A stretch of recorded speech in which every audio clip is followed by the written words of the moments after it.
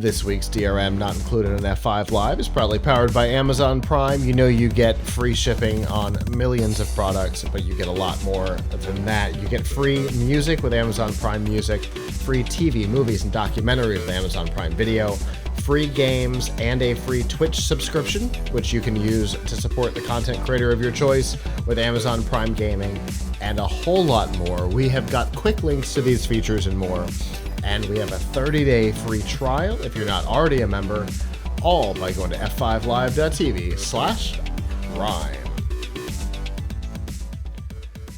All right, so we're going to talk about an Amazon company, Twitch, which you might be watching us on right now. So we've talked about Twitch a lot over the last couple of years. They've had some issues.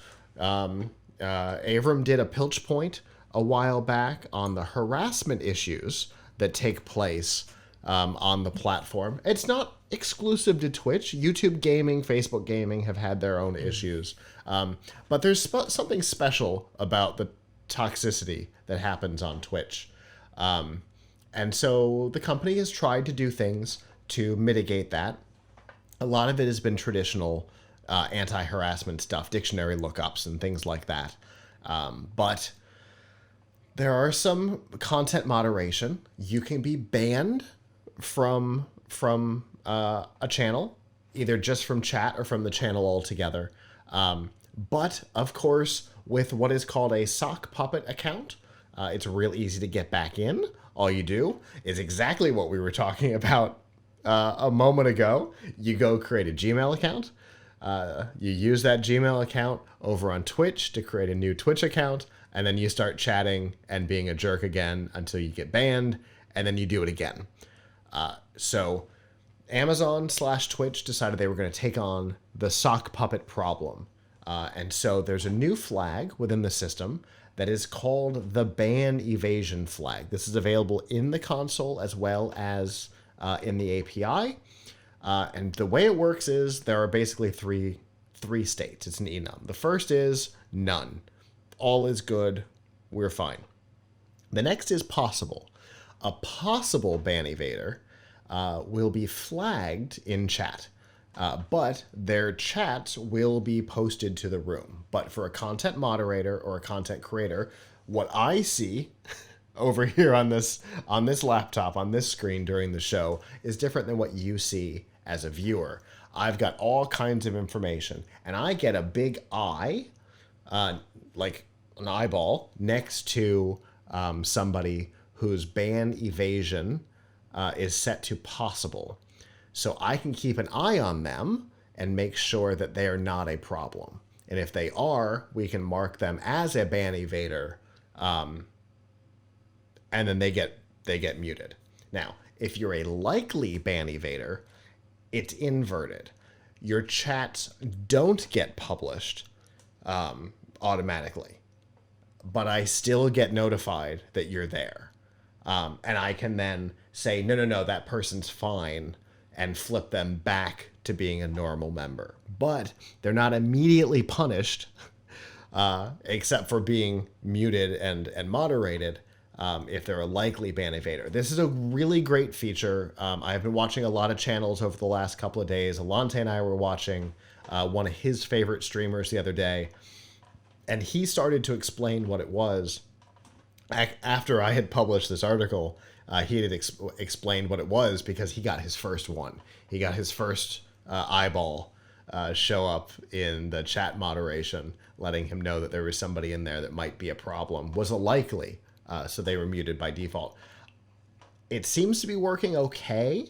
Of course, with any AI, it needs to be trained. They've been training it off system, and now based on how people interact with it, how content creators, you and I, Avram, G4, whoever, the way they interact with it and maintain moderation will only make it better over time. So I think this is a great new feature, personally. I think it's good. I'd love to know better how it determines who they think is likely. I would imagine IP address factors into it somewhere. There's probably some sort of cookies being tracked.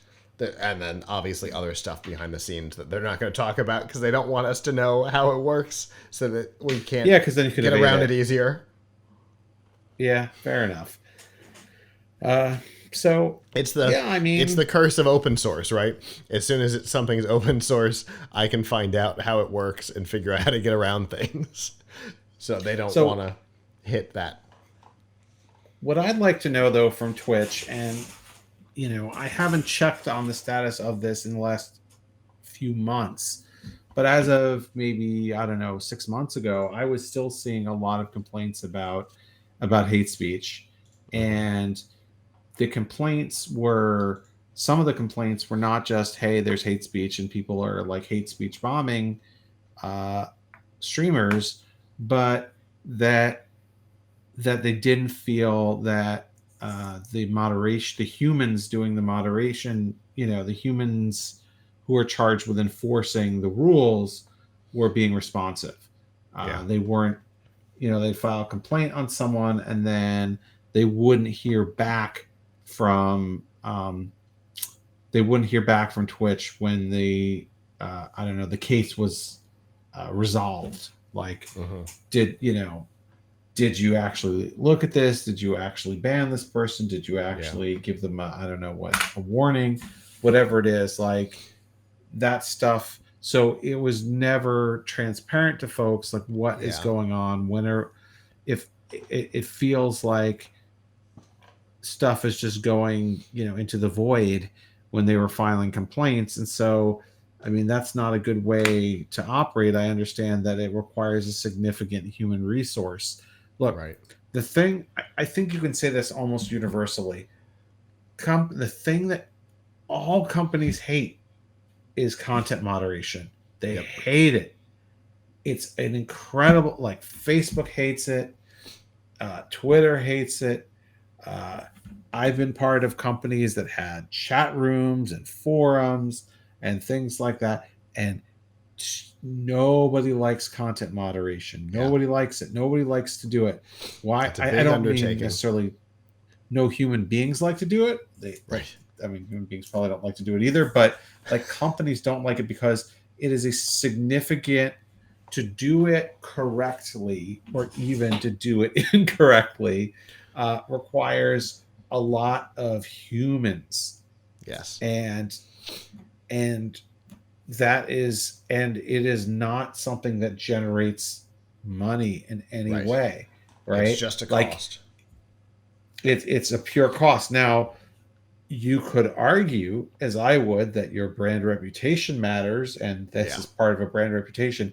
But I think most companies in the world, in most industries, like things that they can put a dollar value on, and you Yeah. cannot put a dollar value on moderation, but you can put a cost on it.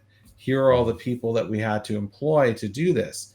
Oh, and we're going to make people upset because some of the people that we ban are going to think that we shouldn't have banned them. Yep. So a lot of times, I think if companies had their druthers, they would rather it be the Wild West, because it's having human moderators is very labor intensive. Mm-hmm. You make nobody happy, and Yeah. you spend a lot of money. So, that those are the problems. And Right. it's good that they're providing more tools to the people who really are invested in moderating, which are Yeah. the people running the channels. Right. But ultimately, And you're the not going moderators that they appoint. right. But ultimately, you're not going to solve the like hate speech problem and the harassment problems unless there are serious bans at on the user across the service, Right. right? Uh, it's nice that they are kind of trying to detect sock puppet accounts. That's good, but they need to take a stronger stand to get people off the service. Yeah. But once again, Agreed. they don't want, it costs money. It's not even necessarily that they're happy to have, bigots on the service or something. Right.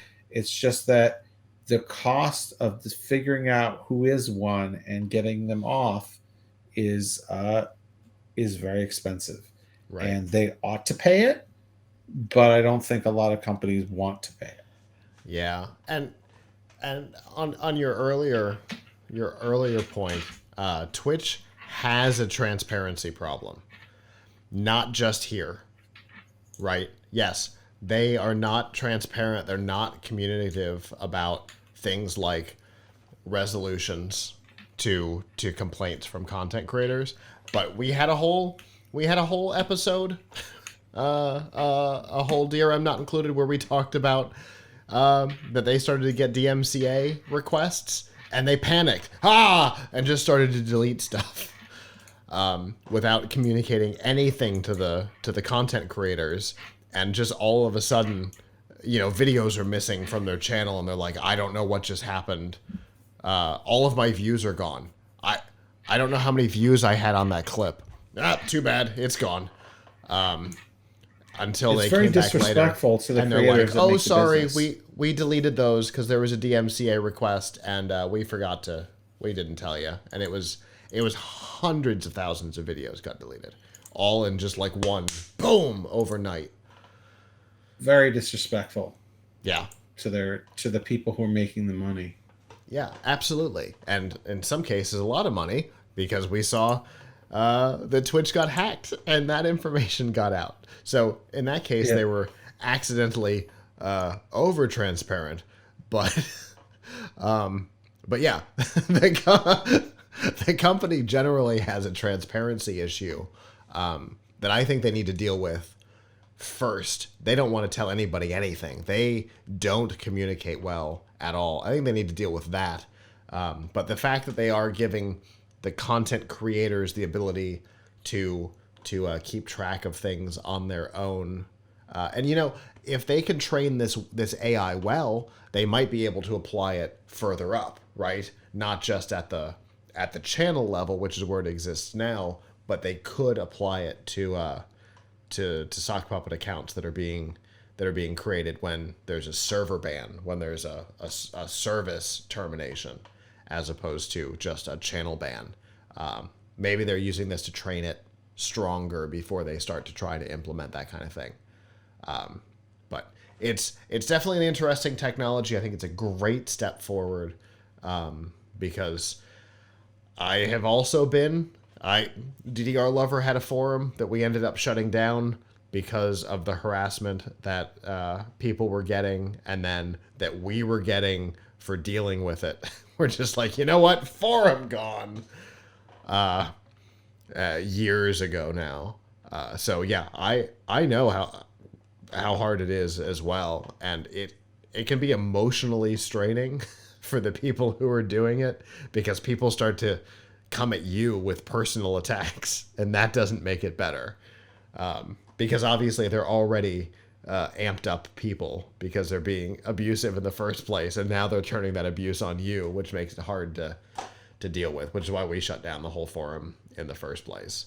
But yeah, it's all terrible. But it's good that Twitch is giving content creators some control over what's going on.